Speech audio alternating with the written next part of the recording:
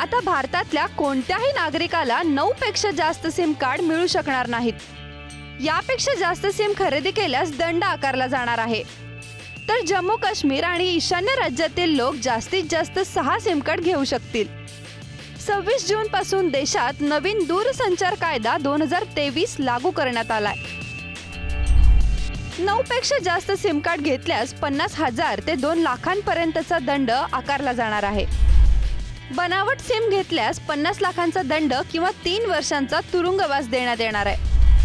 आणीबाणीच्या काळात सरकार नेटवर्क किंवा दूरसंचार सेवा खंडित करू शकते। युद्ध किंवा आणीबाणीच्या काळात तुम्हाला हवे तिथे संदेश पसरवणे थांबवू शकते। प्रचारात्मक संदेश पाठवण्यापूर्वी ग्राहकांची संमती घेणे आवश्यक आहे।